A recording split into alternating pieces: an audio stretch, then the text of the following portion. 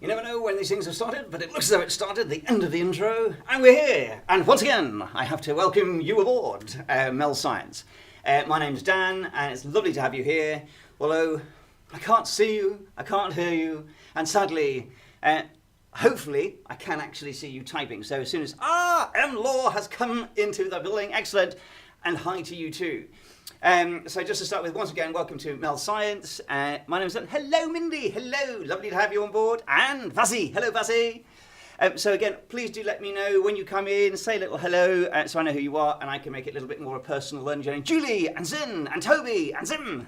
Fantastic. Great to have you guys and girls all on board today. So wait a couple of minutes for everybody to sort of get settled in and then we'll crack on with the science as always. Enda, hello Enda, and Amelia, hello Amelia. And again, apologise, I sort of keep leaning in because I've got to sort of see your chat on the screen in front of me. It's not a big screen, unfortunately, so I can't just read it. Good morning, Kenzie, good morning. Kenzie, it might be good morning for you. It's good afternoon from me. Eniko, hello Eniko.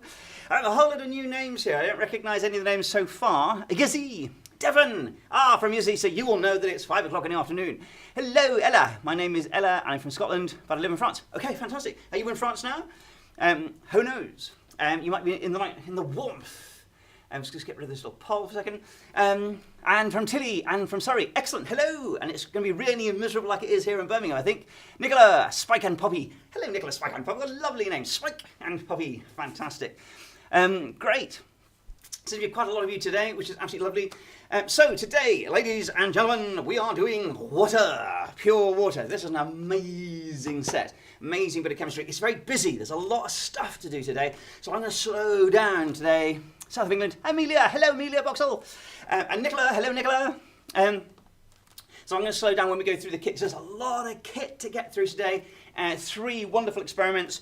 And I must warn you, ladies and gentlemen, I must warn you that one of the experiments, the last one we do today, is quite scary. It's quite a bang to it, okay? So you've got to have nerves of steel.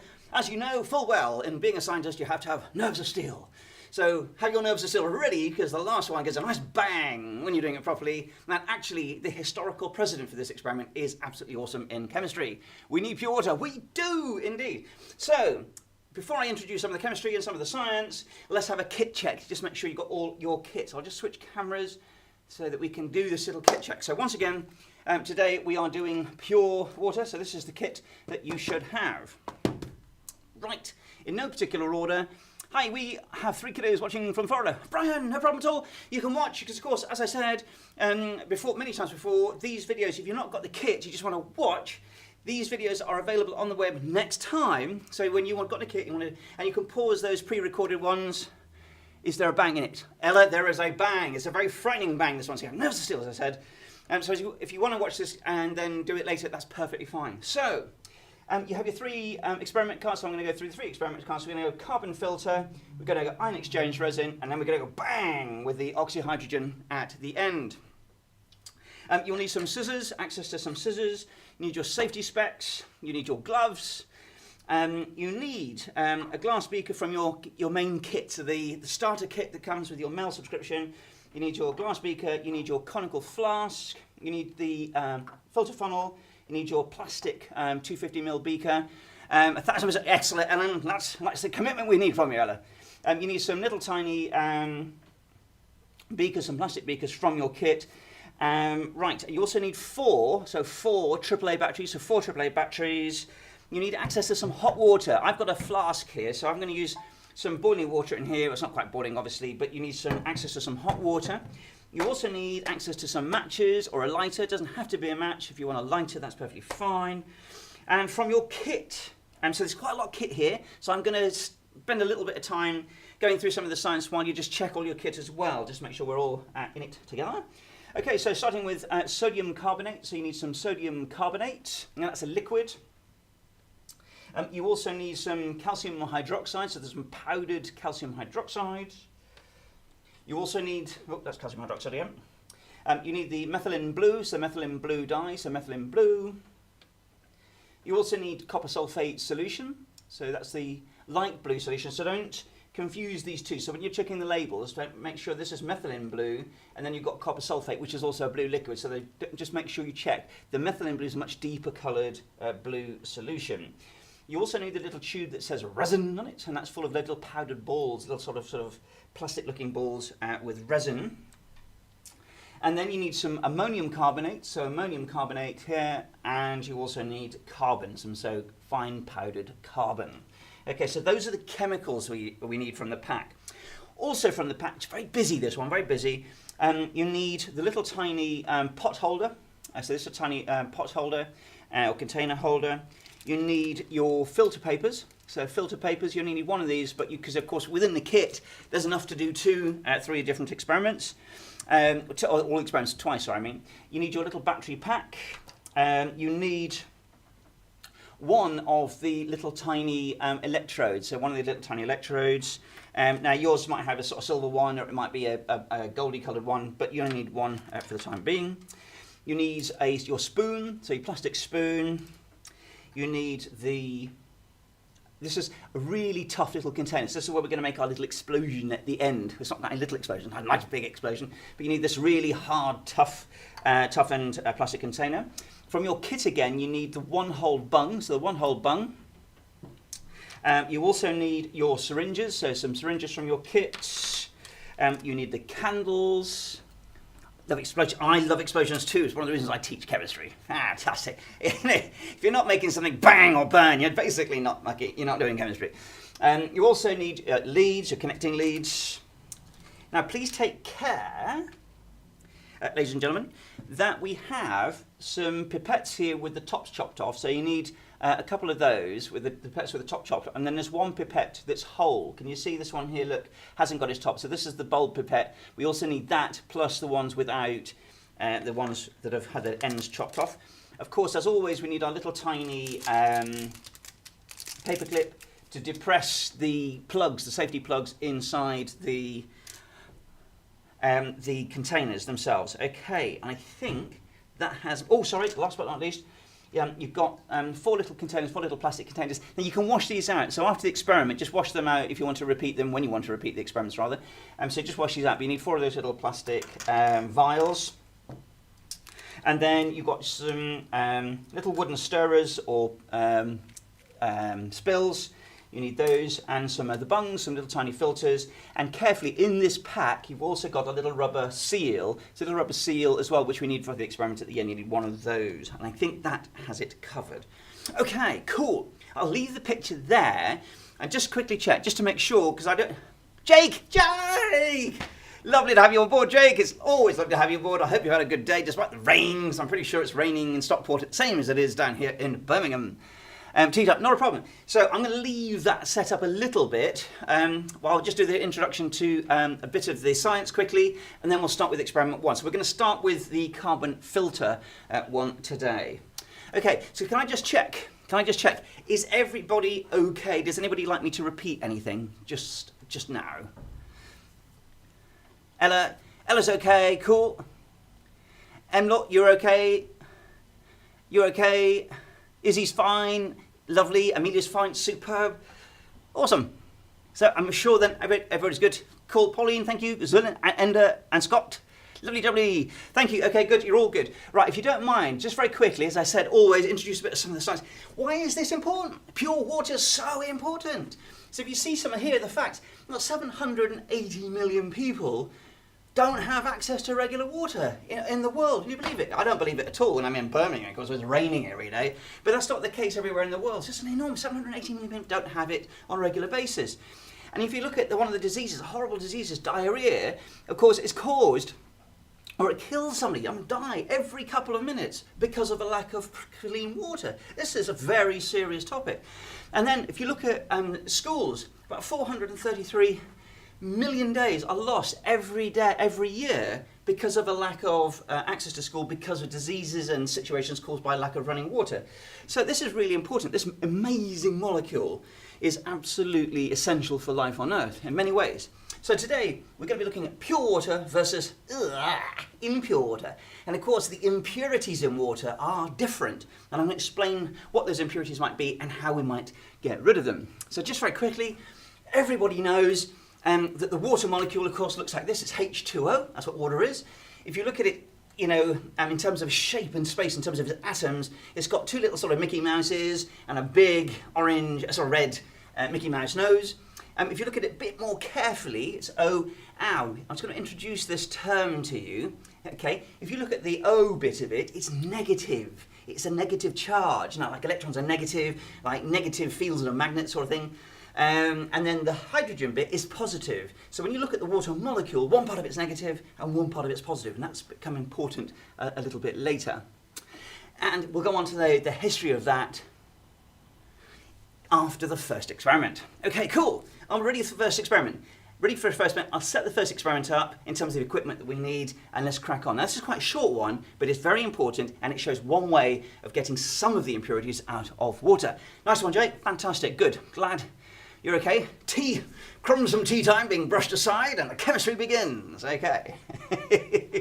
Right, so what do we need for the first one? So I'll just move this aside. We're going to do this one first. Okay, so we're going to do the carbon filter first. I'm just going to put all the other bits and pieces aside that we don't need for this one. So we need, the little stand is one thing. I shall just put some of these chemicals over here. So it is a very busy setup, so just give me a couple of seconds to deconstruct the setup. Right. So we need also, whoops, a little cup. You need the stand. Whoops, let's not knock that over too carefully. You need one of the little tiny vials, the empty vials, and a syringe. And of course we're going to conduct it on our little tray. So I've got a cup, tray, and we don't need that. Okay.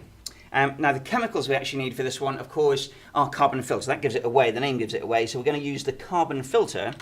Okay, so we need the activated carbon. So this is the activated carbon that we need for this one. Now we also need two little bungs, two little of our felt bungs. I can't hear you for some reason. Pranjal, can anybody not hear me? Is anybody else struggling to hear me? No, Ella, you're okay? No, I can hear you fine. Zim says I can hear you fine. We can hear you, Toby and Tilly. Yep, we can hear you. Kate, I'm sorry, Charles, I think it's probably your system somehow. Hearing well, lovely, loud and clear, awesome stuff, great. Okay, cool. So without much further ado, first of all we need our glasses, and we also need our gloves. So if you can put your gloves on now and put the glasses if you haven't done already, or is that just me? Okay, so whack the glasses on, and then get your gloves on. So whack glasses and gloves on. So get those on. So this is a really super. I don't have active carbon, I have charcoal, I hear you. Vasya, thank you. Yes, the carbon that's in your pack, we don't have carbon. Do you not have the carbon in your pack? Is Irie still cutting out? I don't think so. My system seems to think it's okay, so it might be internet somewhere. So you need this carbon. Now this is activated, never forgot the safety specs. Never forget the safety specs, Ella. Indeed, never forget the safety specs. So get your little gloves on. And just while we're getting our gloves on, does anybody know why the oceans are blue? It says charcoal on a bottle. It is charcoal, it's perfectly fine. It's the same thing, Amelia. Yep, that's perfectly fine. Anybody know why the oceans are blue? Anybody know why the oceans are blue? Pranjal! Classic mistake, Pranjal! Gotcha! No, they do not. The reason that the oceans are blue, sorry Pranjal, but good effort Pranjal, top cracking effort there, not in Blackfoot, Jake. No, of course around the UK the oceans are green, well the sea is green and grimy, but the oceans are blue because water itself, water the chemical, is blue. The water molecule is blue. And if you don't believe me, get a nice clean, I'm not doubting your cleanliness for a time, but get a nice clean bath, a white bath, and fill it up with water right up to the top, and you will see that it is a slightly blue colour. Water, the molecule is blue. Right, let's get cracking. So first things first, if you take your filter, so take this pipette with the top chopped off it, okay? Take your pipette with the top chopped off it and put one of the little tiny filters. Aha, Jake, you see, here to live and learn. So pop one of those into the top of your pipette like that, your split pipette, and with your little poker, your little stick, you then gently encourage that, poke it down into the bottom of the pipette like so. So poke that down into the bottom of the pipette. So that's the first thing you guys need to do, guys and girls. Okay, Vasir, that would be a nice explanation, but there's no diffraction involved in the watercolour. Okay, nice suggestion. I like that suggestion a lot. Everybody okay with that one? So, the next thing you do is get your charcoal or your activated carbon, charcoal activated carbon, or the black powdered stuff, and fill it up to the 3 centimetre cube mark. It's like a chopstick. It's not quite a chopstick. It hasn't got any tapering on it, and it's a bit thinner than a chopstick. But you could, nimble fingers, use it as a chopstick. Pranjal, but why does the water seem clear most of the time? Because in small volumes, water would appear to be colourless, but in very large volumes, its actual colour becomes apparent. Love that question. Thank you very much. Okay, so again, over your little tray, what you then need to do is fill up the pipette up to the 3 metre line, the 3 centimetre cube line, very gently like that, with the activated carbon. So just like that. So pop that into there like so. I'm just going to stick my lid back onto the carbon. And I will explain the science behind this. I will explain everything that we're doing here. And of course, all of these different experiments are designed to look at water, the properties of water, and actually how we can get pure water from the contaminated stuff. So then, if you also then get, finally, another little of the spongy filters, okay, and pop that into the top of your pipette like so, and then work that one in too. So just push that in and push it down on top of the carbon. So you should have a little tiny structure that looks like this. So this is our little filtering mechanism. This is our carbon filtering mechanism, okay? I love carbon. Yeah. You can't not like carbon. It's one of the most amazing elements there is. And of course, without carbon, we would not be here, okay? And if I had a magic wand and I went, kazz, and it removed all the carbon from you, just disintegrate into a little pile of sludge and foamy mess. Okay, so you should have a little filter like that. Right, so what we need to do is then take one of your little tiny vials, so take one of your little vials and pop it into the foam support stand like that, and then you can then pop your filter into the stand like that, okay. Right, so now what we're going to do is we're going to create some muddy water, some impure water. And what we're going to do is we're going to put into a metal salt, effectively, which is, not sorry, metal salt, all that. What we're going to put in here is an organic substance. Methylene blue is an organic compound, okay? So if you find your methylene blue, so this is the methylene blue, okay? So remember, it's the dark coloured one. So take your methylene blue, and this is where we actually want some water in here. So we need to create a little bit of water. So I'm going to use some hot water. It doesn't have to be hot water. I've just got some water here. In fact, what I will do is my little jug of water actually over there. So give me 3 seconds. Give me 3 seconds, just so I can nip out and get some water. So give me 3 seconds. Hang on.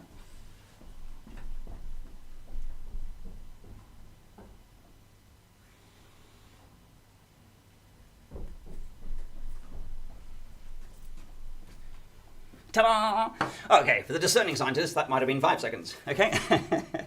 Okay. So in your little plastic cup, if you pull it up to about the halfway line, so just about halfway, with some water like so.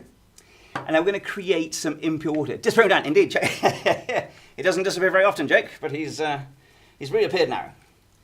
So take your methylene blue. Now, if you haven't already, where did I put my little pin?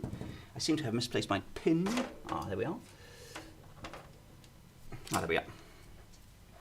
So take your little paper clip as usual and depress the nozzle. Give it a little poke. So sometimes, remember, there can't be 40. Izzy, you're counting, Izzy. So push the little plug out of the methylene blue, and then we're going to create some contaminated water here with an organic substance. So just put a couple of little drops in there.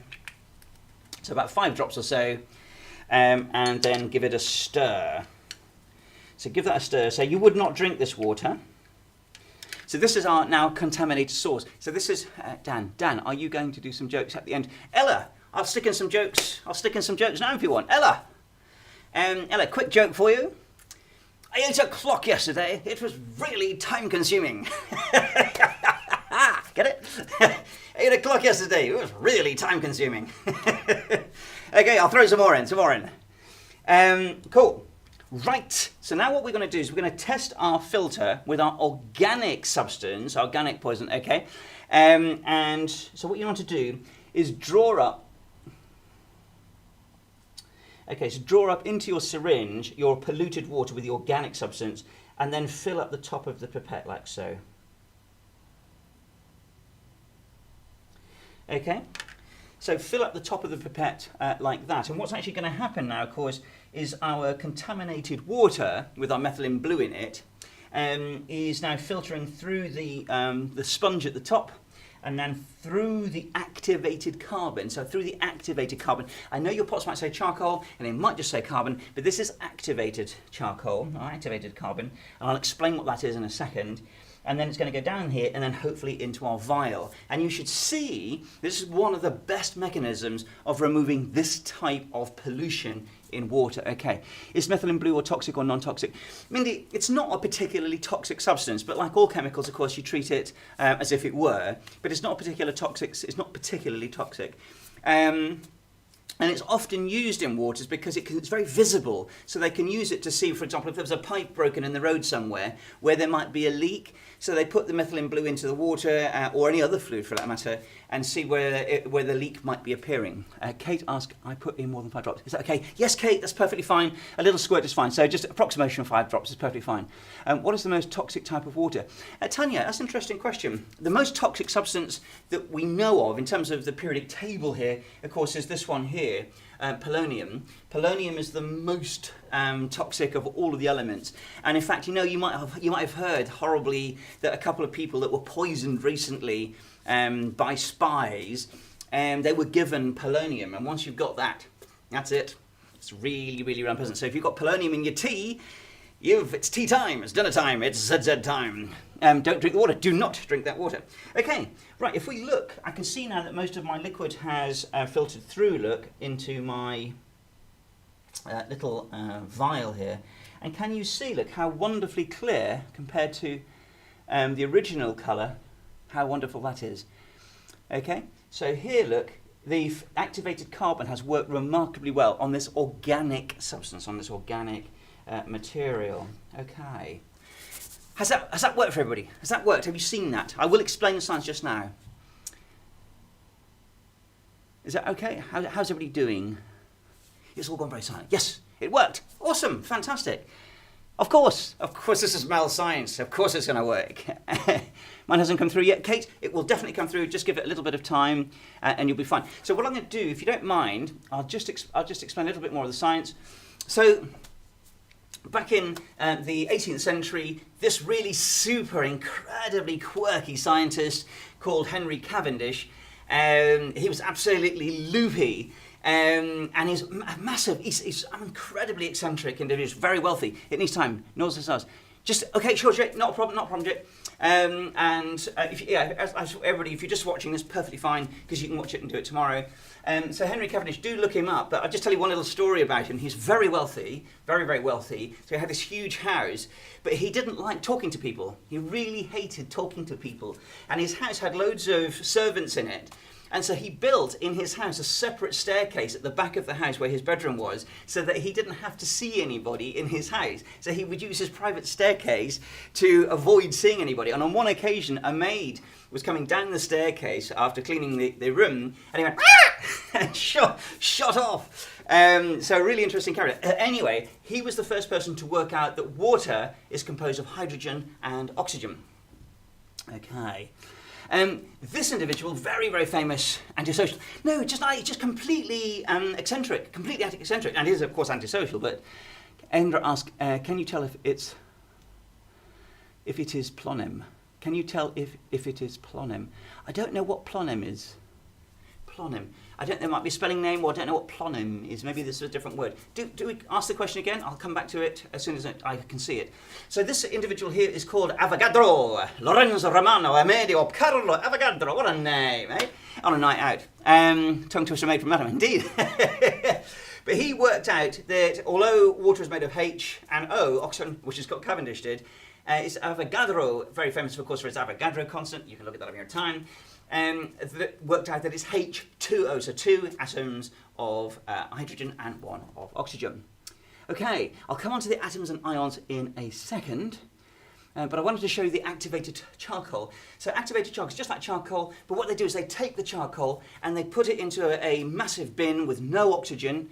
How did he know? So Ella, I believe he wanted to write polonium. Oh, hang on. Tongue twist name. Yeah, I have to ask the polonium question again. I'm sorry, I didn't see the first bit of it. Is water made from matter? Tanya, is water made from matter? Water is made from hydrogen, so natural hydrogen that occurs. Obviously, it's an element hydrogen and the element oxygen. So you've got two atoms of hydrogen and one atom of oxygen. How did he know? Jake, you need to go and look into lots of... He came up with the idea that you could have diatomic molecules where nobody else thought that was possible. And as soon as he came up with that solved a lot of problems in terms of their observations of chemistry and matter.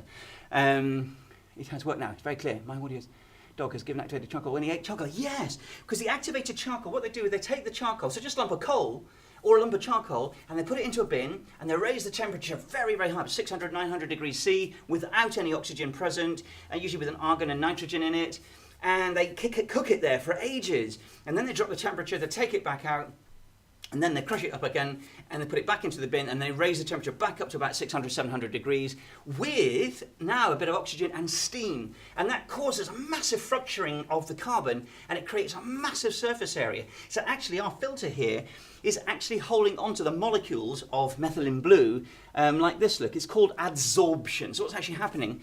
It's working, yay! Is it going to make noise? Yeah, it's amazing. I encourage everybody to look at the science of Cavendish and Avogadro and how chemistry was evolving at those times. Absolutely incredible scientists with massive visions of the world. And that's how it's watered. That's worked really well for an organic substance.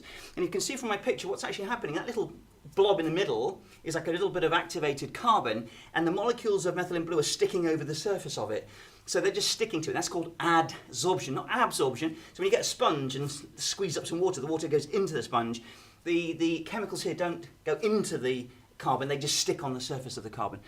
Massive visions and massive names. Indeed, Pranjal, indeed, massive visions and massive names. Yeah. Got a massive name, what shall I do today? I'll do a massive vision thing, you know. Why is water called water? That's an interesting name. It's a derivation of a very ancient Old Norse word, then from a Germanic word, Wasser, Water, Vita. And if you look up online, you'll actually see how the word has changed over time. Cool. Can I drink the filtered water? Rosalia, as this is a chemistry experiment, you don't put anything in your mouth, so don't drink anything, but actually the process here that we just demonstrated is exactly how part of the filtering process works in when they're filtering water and stuff like that. And I'm going to come to this substance in a second, but I just wanted to show you, let's go back a second to the carbon. Okay, right, let's crack on. What I'd like to do now, if you don't mind, can we do the resin one, and then I'll come back to a bit of the science and explain some of the science. Is that okay? Is everybody okay? Everybody okay? It's all gone very quiet, all gone very quiet. Yes. Cool. Nice one. Excellent. Right. So now what we're going to do, so that was a very simple one. Now we're going to do some bit more complicated experiment, filtering mechanism here, before we actually make the bang in the chemistry. So this is the ion exchange resin. Now a lot of you guys and girls probably have houses where there's an ion exchange resin machine in the house, and what this shows you is how that actually works. Okay, and I'll explain the science behind that. So if you just take out your pot, put that to one side, okay, so put that to one side, and then put your methylene blue to one side as well, and your syringe, put that to one side.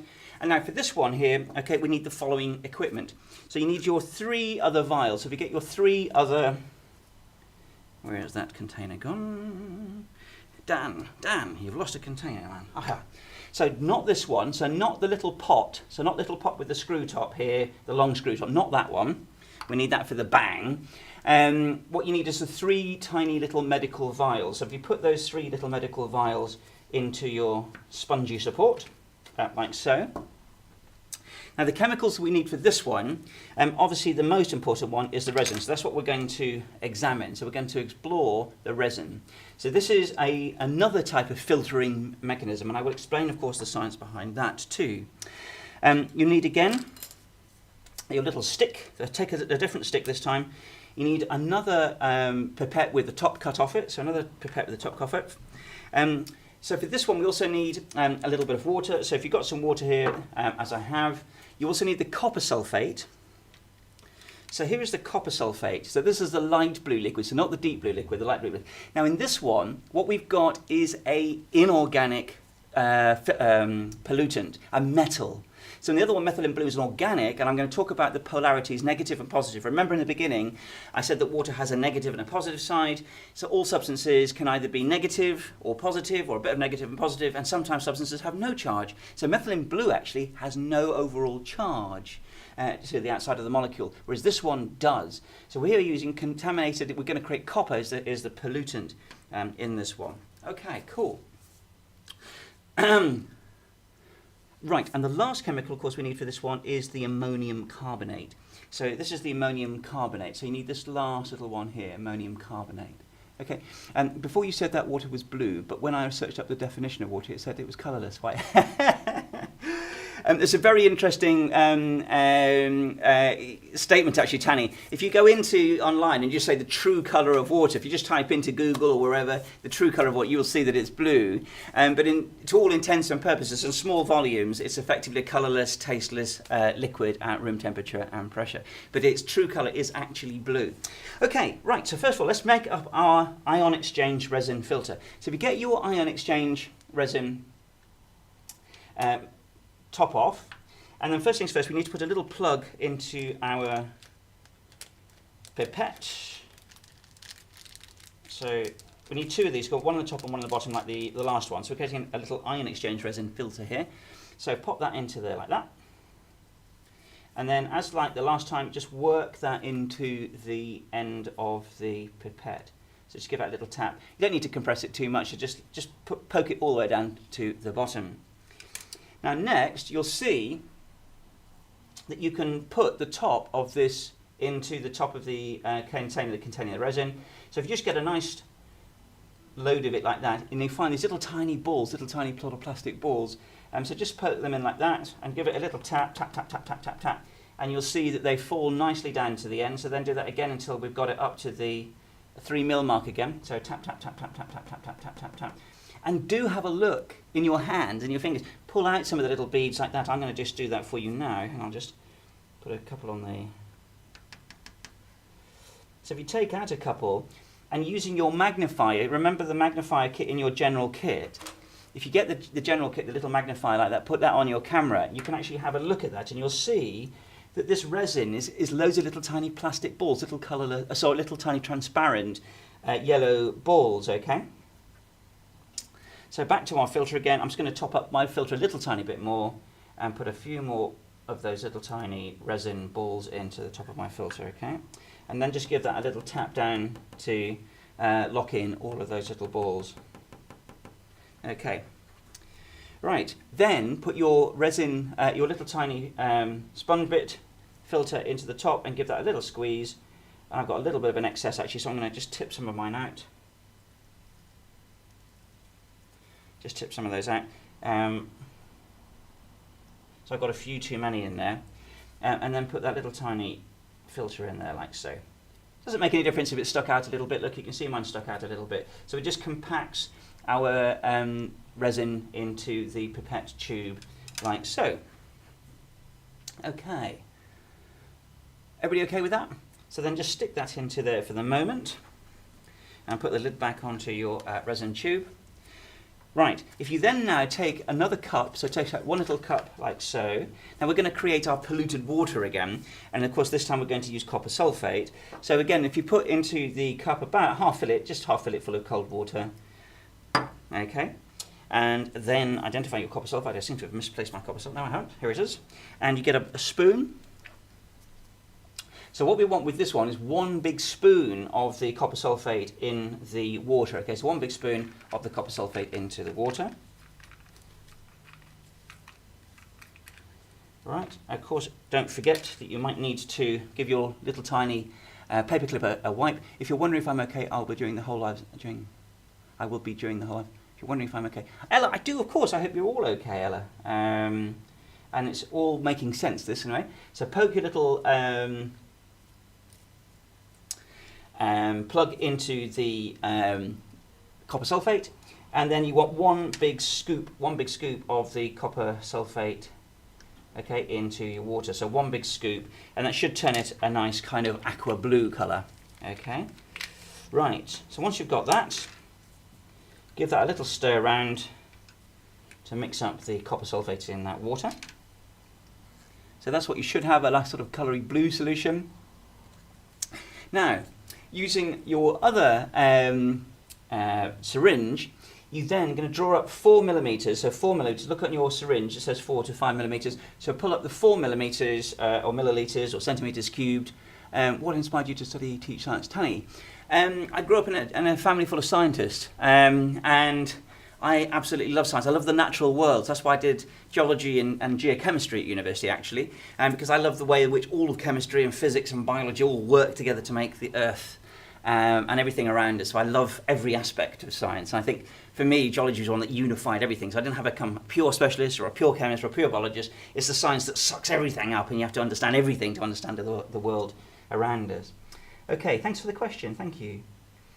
Okay, so if you draw up 4 mils, okay, and put 4 mils in the first one. So just put 4 mils in the first one, okay, like that. So put 4 mils in the first one.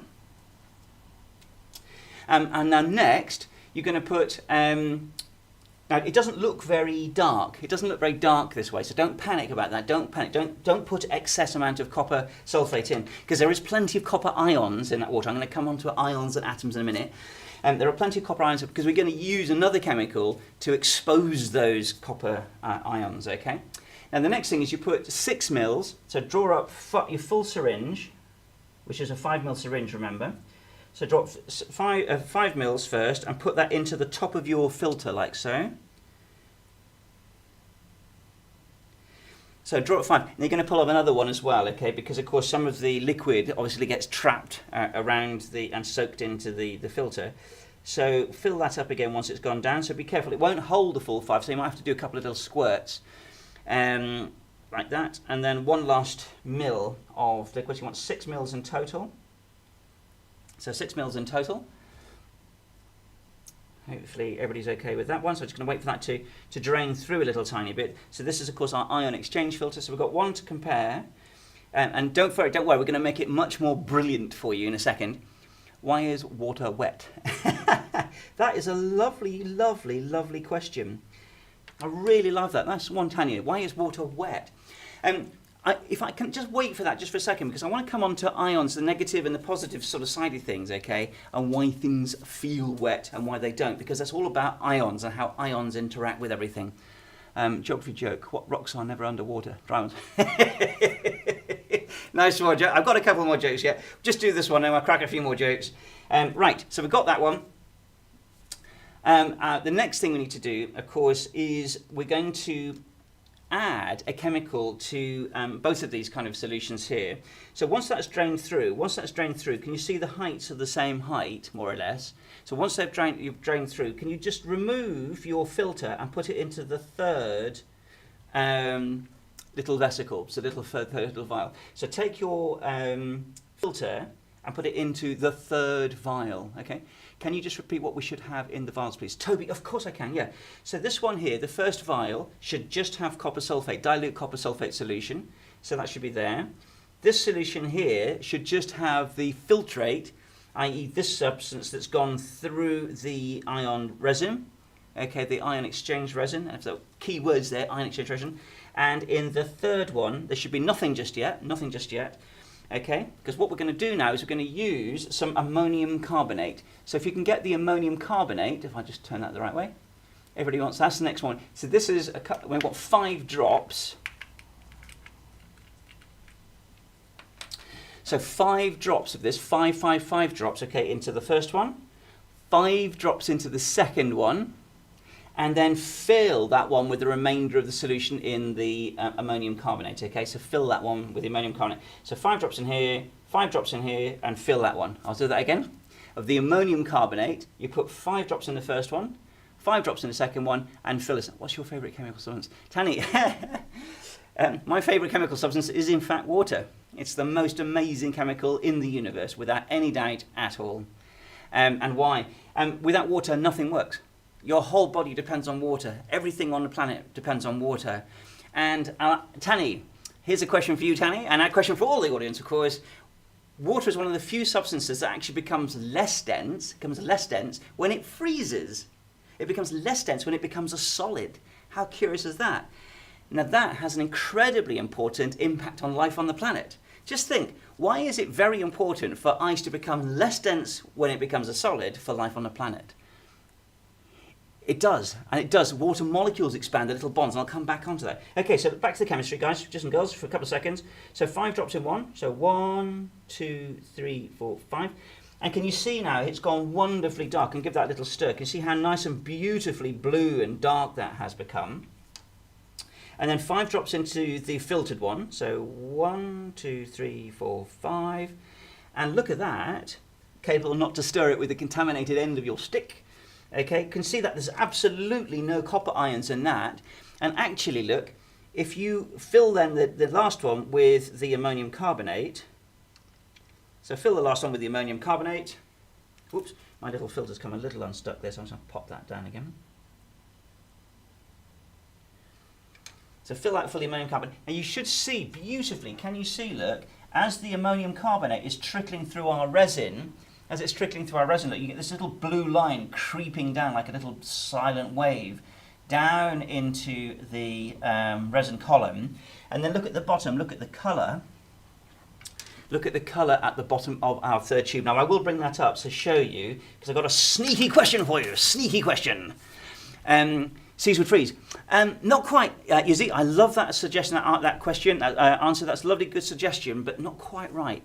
What would the Earth look like with that water? It would look like Mars. We've just landed on Mars, and you can see what Mars is like. Barren, dry. What would the...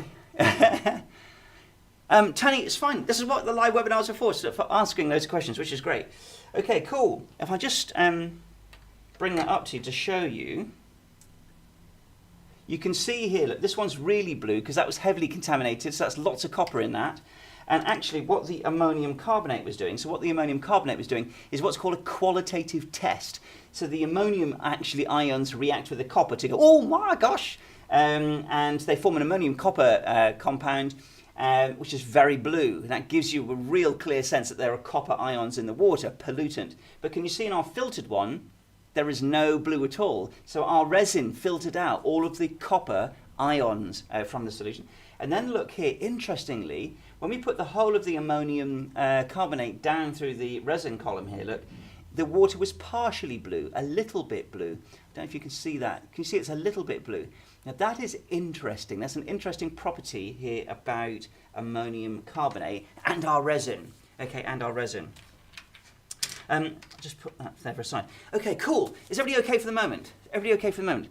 What is the most popular method for cleaning our water in the UK? Jay, in the water in the UK uses massive rock filters, then it uses carbon filters, then it uses chemical filters, chemical treatment, resin filters, and then it's chemically treated to purify it and kill any bacteria and stuff like that, so with chlorine and things of that nature.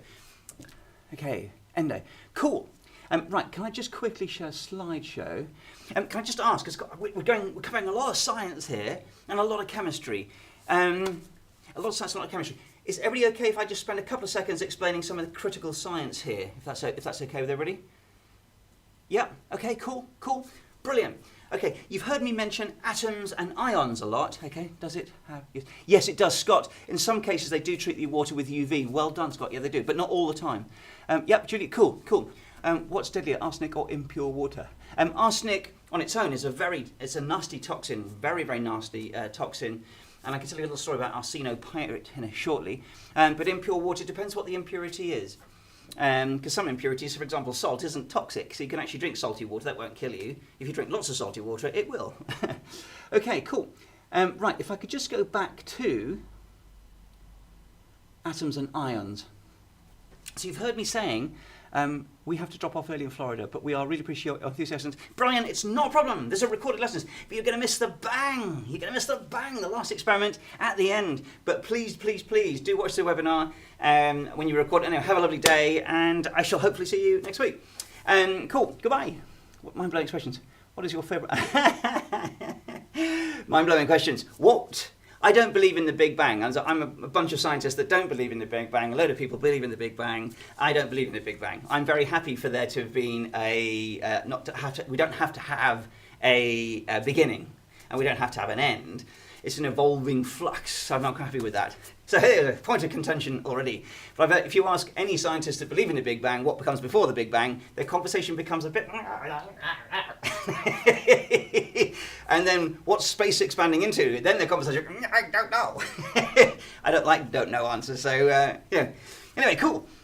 Right, I talked about atoms and ions. So if you get gold, so for example, if you get a molecule or a handful of gold, there's no charge on the outside. The atoms themselves, atoms of gold, have no charge. So it's a bit like when you have a magnet, if you have a north and a south pole, they stick together. So if north and pole stick together, if you have a north pole and north pole, they repel, okay? So in a very similar way, if there's no charge, nothing's going to happen. So the atom won't do anything, won't respond. But if one ion has a missing electron, it's very positive, it has an extra electron, it becomes negative, okay? So atoms that have missing or additional electrons are ions. Okay, so some substances are ionic, and some substances are covalent, and some substances have no charge on the outside. Okay, so if we look at, for example, sodium, when it reacts with chlorine, up here, look, okay, to form sodium chloride, it was just salt, the salt you put in food, sodium chloride, the sodium ion gives its electrons, so it becomes positive ion, and the chlorine takes the electron and it becomes negative, it becomes a negative ion, so positive and negative ions. Is that okay? Also sort of Big Bang. Okay. Is everybody okay with that? So everybody's okay with the fact you can have positive sides to an atom and negative sides to an atom. Okay, so negative and positive, yeah? So if we look again, you've all seen salt, I know you've all dissolved salt in water. So I just get to this, look. I'll come back to the polar things. So when you dissolve salt in water, look, what happens is the sodium ion is positive, but water, it's a beautiful, wonderful, universal solvent, this incredible chemical. So water itself has a negative side and a positive side. So when you pour little salt into little glass, okay, the sodium goes, oh my gosh, and the negative side of the water molecule, the oxygen, rips the sodium out of the salt, and then the positive side of the water molecule, the hydrogen, rips the chlorine out, because the chlorine's negative and the hydrogen's positive. Rip! And that's why it dissolves, that's why substances dissolve, because there's polarity. The salt is a polar substance and the water is a polar substance, so they're very happy. Yes, it is. Chlorine is lovely, I love that idea. It's an electron thief, it is, it plucks out those, so it makes polar. Now, when things are not polar, you can't have a polar substance dissolve in a polar substance. So non-polar a solvent will not dissolve salt, which is a polar substance, okay? And that's what all of these, of the resin is about. The resin itself is taking, very happily, a polar substance. But if you put, as in the case here, look, if you put, look, for example, the ammonium carbonate, it's partly polar and partly not polar, and so some of it will be taken out, but not all of it, because the resin itself only works on polar substances. So here, you actually have to use the carbon filter. I'll just bring that back. You'd actually have to use the carbon filter to pull that material out, okay, the methylene blue, or the ammonium carbonate. So you need to, when you're treating impurities in water, you need lots of different types of filters. I think maybe see in the conversation there, Jake, one of our students, our regular students, was absolutely amazing, and he says, how is water treated in the UK? Well, they have to put it through a whole load of different filters. So some pull out the polar substances, some pull out the non-polar substances, and then some basically just pull out all the big material anyway that doesn't dissolve in the water anyway. Okay. Why do our fingers crinkle in the swimming pool or in water generally? Tanny, going off topic a little bit, Tanny, but the reason that your fingers go crinkly in the water when you have a bath or you put your hands into water for a long period of time is that the surface layer of your skin,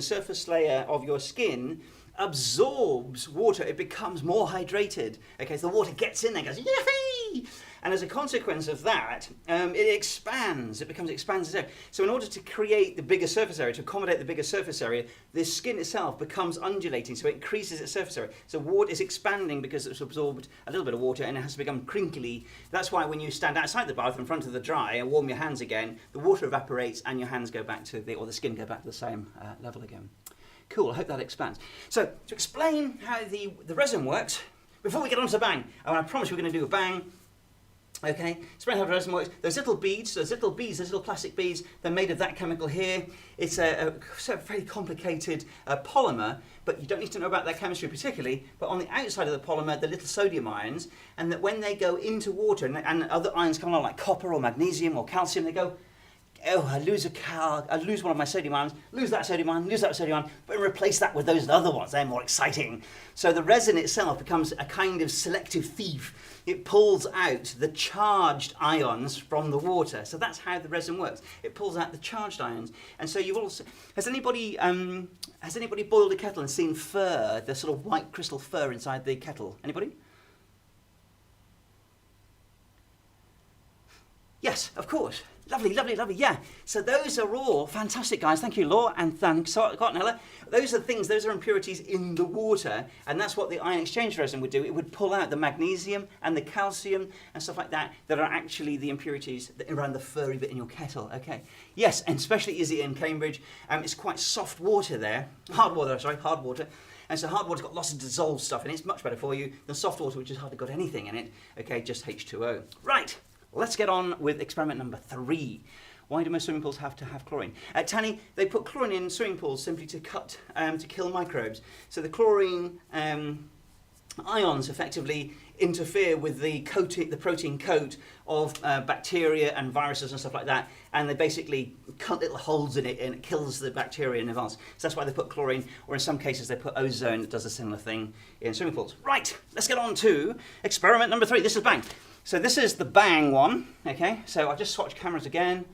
So this is what I'm going to do now, oxyhydrogen. Now coming back to Cavendish, Cavendish was the first person to create this experiment. So you're actually going to create or recreate one of the most important experiments in chemistry, the discovery of the components of water. So let's get all this set up. So move that aside. Okay, this is where you need your boiling water, guys and girls. So you need your boiling water here. So put that to one side. We need our beaker, it's a big beaker. I'll just get this one tidied up, put our ammonium carbonate away. So for this one, we need the sodium carbonate. Wherever my sodium carbonate has gone. Everybody okay? Okay. So we need our battery pack, we need our 4 cells. Okay, so don't forget these are individual cells, they will make up a battery. I'm going to move that out of the way. So we need our sodium carbonate. So that's the first chemical we need. So sodium carbonate, I'll just bring that up and show you. So sodium carbonate, like that. We also need our calcium hydroxide. So a little bit of calcium hydroxide. Okay, move that one to one side, it's just fallen over. We also need our lead. So this is our little lead. So this is the bang bit. So we need our lead. We also need access to some matches. You will need your scissors, access to your scissors. I'll just move that one back into view. So this is the one we're doing now. You also need little tiny black rings that come in your pack. So if you just get a little black ring into your pack, so just take that out. And I'll show you what to do with that. So pop that out like that. Okay. We need our little holder, so a little holder for one of these containers. We also need the little tiny, now this is a sturdy polycarbonate pot, so we need that little tiny sturdy polycarbonate pot. We also need, of course, our leads, our little crock clip leads. So if you just pull those out and just straighten them up a little bit, so pull those out and straighten them up a little bit. They might sort of curl back in a little bit, but just give them a little sort of straighten. Okay. We also need our little tiny one-hole bung, so one-hole bung here. And now this time, we also need our... Is everybody okay? It's quite busy, this one. It's quite busy, this one. We need the last of your pipettes, the cup pipettes. Now, don't forget, with the other pipettes, you can repeat the experiments, but you also need to just wash them out with warm water. Is perfectly fine, warm soapy water. You also need the pipette that hasn't been cut, so the whole one, okay? So the pipette that hasn't been cut. And you need the filters, so little filter papers, so we need one of those. And we also need the candle. So we'll do the first little things first, is put the candle in the one-hole bung. So put the candle, look, into the one-hole bung and use that as a little mounting. And a little joke, just as an aside, very, very quickly, a little joke as an aside.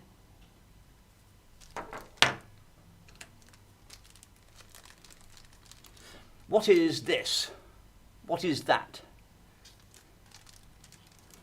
What is that? Wax, not quite. What are those? A candle? How many? How many? 4? No, that's a 4 candle. Classic joke, give me an old joke. That's a 4 candle. Those are 4 candles. Yes, I shall do it. 4 candles, get it? Nice, classic joke, couldn't resist the temptation with your kit.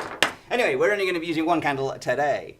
Oh, and just before we crack on with this bang, I know we're running a little bit longer than the hour, but we'll be done soon, but this bang is wonderful. If you would like, indeed. If you would like to receive a little personalised note from me for attending this pure water thing, please just follow the link in the chat in the web link and just fill in the details there, and I will send you a little personalised thing to say, hey, thanks very much for attending this particular pure water webinar, and see the little things that you've learned along the way. Okay, so back to the preparation. Okay, so back to the preparation. A little bit of a mess there with my resin flying about all over the place. Okay, so I think we've got everything more or less ready for this one. So don't forget you've got your matches or your lighter. So if you could also now put your battery together. So remember, and it's really important that you make sure the batteries are nice and fresh, okay? So here, if you put the springy end, don't forget, is the negative end. So that's the flat end of the cell. And then put another one, I'm dropping them everywhere. And then another one there, and then another one there. Okay, cool. So that's set up our little battery pack. Make sure that with your little teeth, little crocodile clip teeth, that the red ones, okay, that the teeth connects to the metal on the thing. So you can see here on the lead, look, there's some plastic covering, some insulation covering. Make sure that you connect up the red to the metal. And then similarly, the black to the black bit of metal at the end of the lead. So make sure it doesn't go onto the insulated terminal. Okay, cool. Right, then, can I also point out, look, if you look at your end of your little tiny electrode here, if you look at your electrode, can everybody see there's a little tiny short piece of metal that's coming out of the electrode, and then the one at the end here. So the short one here is black. So the black one gets connected to that side, and the red one gets connected to that side in time. Okay, so I'll click around. Everyone is the white in the set. If you've got a white one, the white one will be the equivalent of what's the other colour you've got? You've got white and black. Yeah, the white one's equivalent to the red. Yeah, that's exactly right, Ella. Thank you. And yeah, the white one will be equivalent to the red. So here, you put the black one or the white, red one. The black one here, and the red one on the end of the long one. So we'll just move that to one side. Okay, next thing's next. We take our pipette. So if you take your pipette, look, and see this little nosy bit here. See where it starts to, where it says 0.5. If you get your scissors, I'll just put that into view, get your scissors and cut at the 0.5. So just cut the end off your pipette like that, all right? So cut the end off your pipette like so. Okay with that one? Right. So next, now we've got to start the chemistry going. We've got to start this chemical reaction because it takes a couple of minutes to get the chemical reaction going. Okay, what you then need to do is take the lid off the calcium hydroxide. So give it a little tap. Take the lid off the calcium hydroxide. So the calcium hydroxide, guys and girls. So calcium hydroxide, just take the lid off that one. But don't throw the lid away because we need that back in a second. Then put your little tiny pot controller, if you like, the pot lead. So screw that right down onto the pot like that. So pop that like that. Okay, so pop that into there like that. Now we need to take the sodium carbonate. So you take the sodium carbonate. Now we might need to depress the little sort of safety plug in that one. So just take that lead off there, that lid off, hopefully. Mine takes a little bit of screwing to get this one off. There we go. Now I need to depress the little lead on this one. And go. Cool. So again, just put the little bit of, depress the little tiny security plug in the top of that one down there, so do that. Okay. Now you're going to put the whole of this bottle into the whole of the bottle, look, into the calcium hydroxide. So the whole of that bottle, okay? So squirt the whole of that in there like that.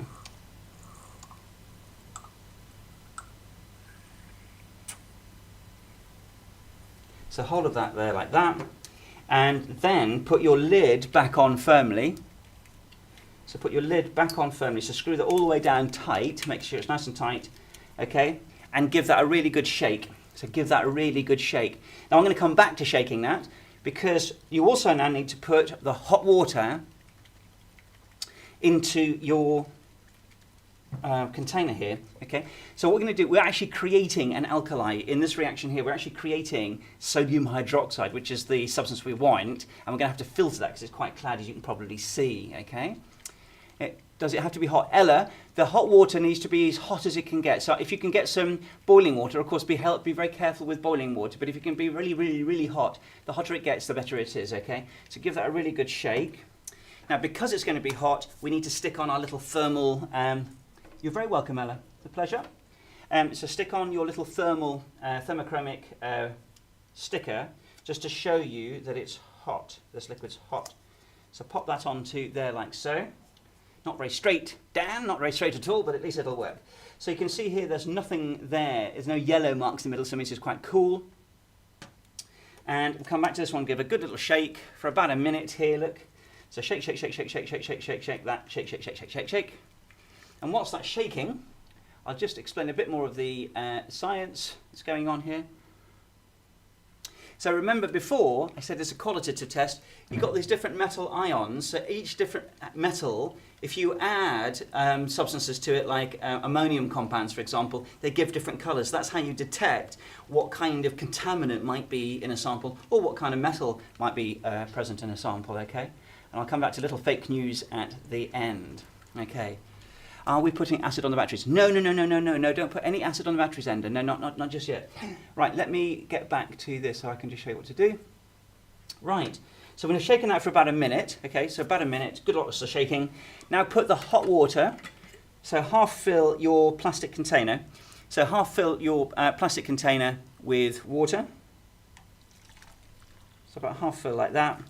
So I've got really hot water like that. And then suspend the whole of this apparatus in the hot water. So suspend the whole of the apparatus like that in the container. Okay, so that's what that should look. I'll just bring that up to show everybody. So suspend the whole of the container into the hot water. Is that okay? So I'm just going to pour a little bit of that out actually.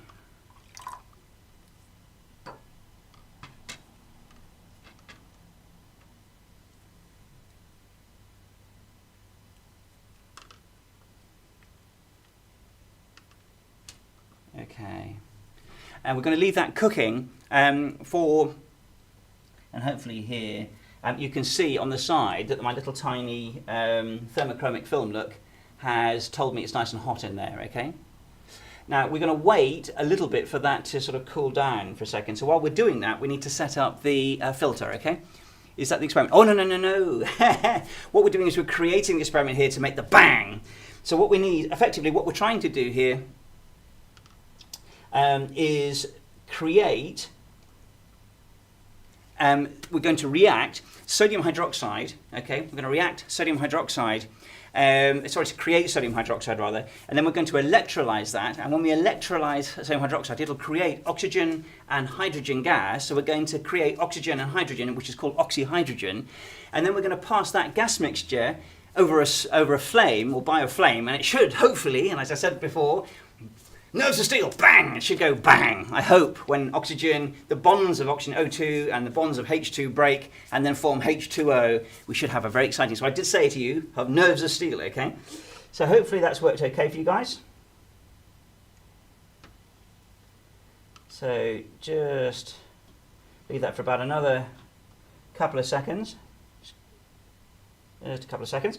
Right, so now what we need to do is create the filter funnel, okay? Boom!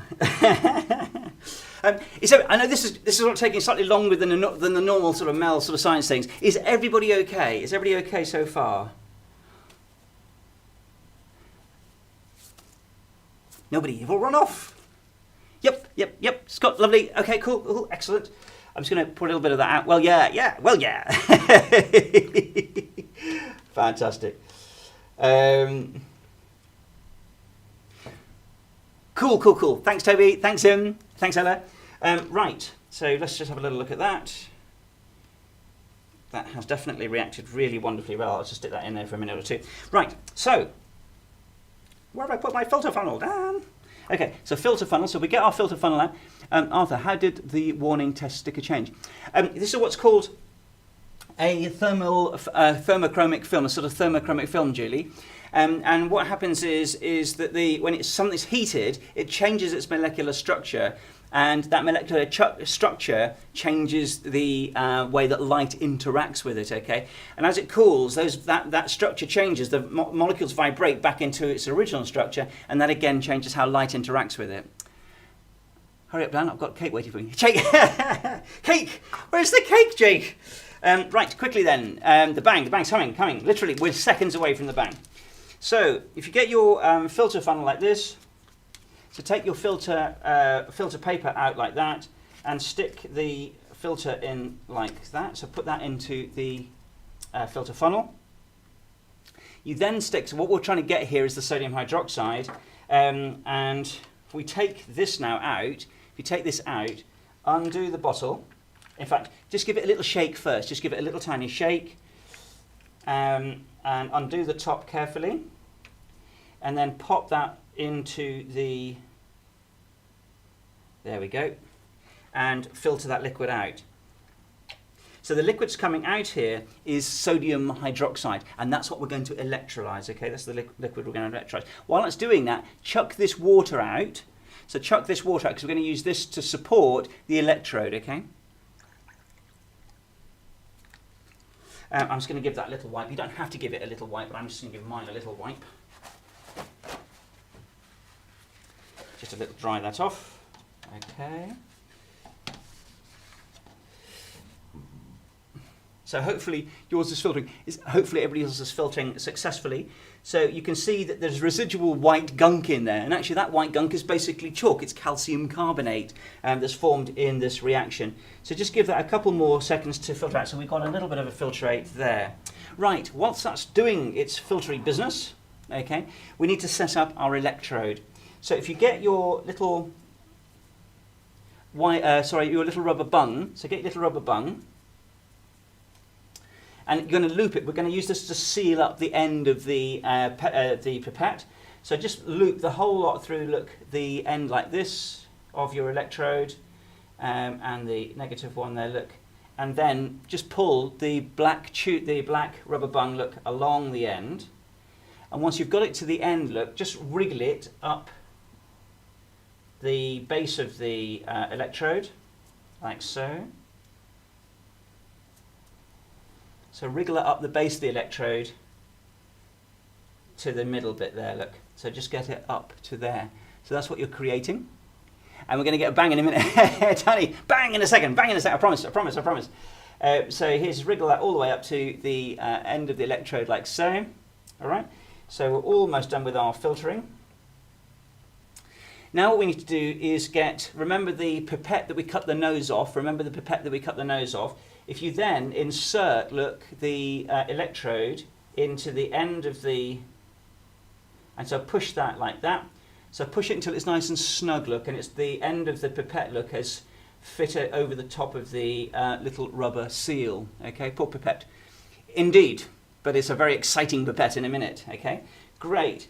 So now what you need to do then is pop that into your plastic container, and then, we then need our other pipette. So get our other little pipette, the one that works. Okay, the one that works. Well, they're all working pipettes really. Okay, and if we put this to one side, so put our filter to one side, you'll now notice that you've got a whole load of sodium hydroxide in here. So we remove that from the base of our conical flask and put it into the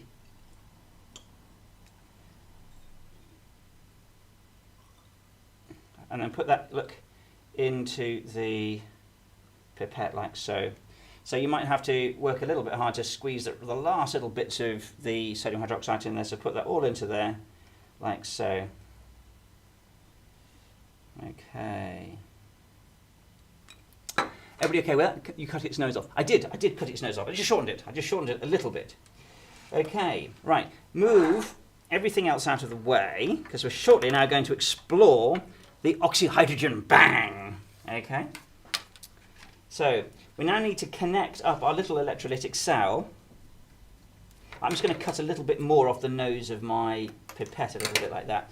So now what you need to do is put your hard plastic pot onto the top of the container like so. I'll just bring that up so everybody can see that setup. If everybody can see that setup, I hope that's okay for everybody. So all I've done, is put that hard pot over the top of the electrolytic cell, effectively. And boom time is coming. So then connect up your electricity, so black one on the short electrode like that, and then the red one on the, and then hopefully you should see immediately, can you see immediately there's a fizzing? I'll just see if I can bring that up to show you. There looks like fizzing, on the electrode there. So that's electricity is passing through that solution, and it's splitting apart water into oxygen and hydrogen. So splitting apart water into oxygen and hydrogen. So that's what you should be getting. Now there's some blue chemical form there because actually the sodium hydroxide is actually reacting on my one with the copper to form copper hydroxide. Now we don't worry about that. But it is creating lots of bubbles of hydrogen and oxygen. So wait for 3 minutes, guys, now. 3 minutes, I'm almost done to boom time. And so we need to light our little candle. So light your candle. So light our candle. Okay. Now I have warned you before, and because we've got matches, we just need to take our gloves off for this one. So before you've got matches, just need to take our gloves off. Now what you're going to do is you're going to see with the matches, if my finger was a match, you're just going to put the mouth of the pot very quickly, so take it off and put it quickly close to the lit candle, and see what happens when we do that. Okay, is everybody ready for a bit of a boom? 5, 4, 3, 2. Okay, so cool. So that's electrolyzing wonderfully. Right, ready? 1, 2, 3. So you do it fairly quickly. Woo! Boom! I'm going to repeat that because I've still got plenty of electrolysis going on. I'm going to repeat that, and then I'm going to turn the lights off to do it. How is that? You should hopefully have got a really nice explosion. So do it quickly and take it off and go bang. You should get a really nice bang. I don't know if anybody's got a bang just yet. Ella, that is so cool. This is absolutely wonderfully cool chemistry. That's what you expect from MEL Chemistry. This is absolutely wonderful front-end stuff, okay? So I've still got quite a lot of electrolysis going on. I've got a lot of gas going on. So I'm going to wait about a minute or two for my gas to accumulate in a pot again. Okay. And then what I might do is just end the slideshow a little bit with A little bit of fake news for you to read. Because the other name for water, of course, is dihydrogen monoxide. So if you say to somebody, I think I have a little glass of dihydrogen monoxide, they go, what? That sounds really toxic. And actually, that's just a name for water. So you could actually create a bit of fake news with that little link. We didn't get a bang. You didn't get a bang. Wait for three minutes, and you should when you bring the top off and you bring it close to the match. When you bring it must go quickly, so bring it up close to the match really quickly. I'll do it again for you, and I'm going to turn the lights down a little bit. You should get a really nice bang, bang. Okay, I'll just turn the lights down. Hopefully, in fact, what I might do, because it's quite dark in here, if I disappear with the lights, you won't see. Oh, the candle will be there. That's fine. Okay, so I've got my candle, and I'm just going to take this pot off again, look, and show you what should happen, hopefully. Oh, bang!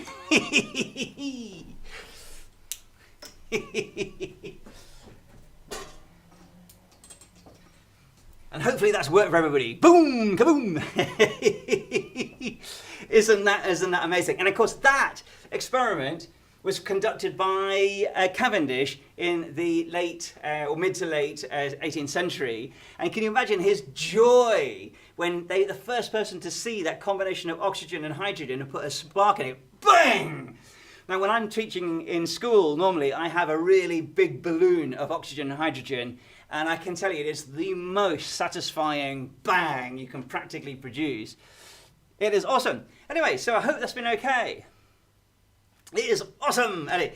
I hope that's been interesting. I hope I've managed to explain things to you. With this bit of kit here, just disconnect the batteries when you're finished. It pushed the flame out. That flame released a lot amount of energy and a huge spark of gas. It did actually push out the flame. So this liquid in here, when the liquid in here, with your gloves on this point, with the liquid in here, throw that lot away, okay, and then just give the electrode a little bit of a rinse. But you've got two electrodes, so you can do it at a separate time, and then that just throw that away. You can or recycle that, okay. But do disconnect the batteries, not to let it keep going. Okay, so pure water, it's important. You've learned how to filter some organic chemicals with the carbon filter, some inorganic chemicals with the ion exchange resin that takes the other ions that you don't want, the poisons and toxins and stuff like that, and just chucks some harmless sodium into the water. And we've also split water apart to produce hydrogen and oxygen, and then recombined it to make it go bang! So, I hope that was okay. Thanks for another awesome lesson, Dan. Thanks for giving up your Saturday evening and classic 2 running joke to India. Tam, Brand and Nick. And cake, don't forget your cake. We need more pure, we do, Ella, we need more pure water. But now you know how to go do it. So, once again, guys and girls, thank you so much for joining. Thanks for signing up to MEL. I hope to see you next Saturday. You've got Mark on tomorrow, Sparky Mark with some physics stuff. And stay well, stay safe, enjoy the rest of your weekend. Love you lots, and I shall say goodbye.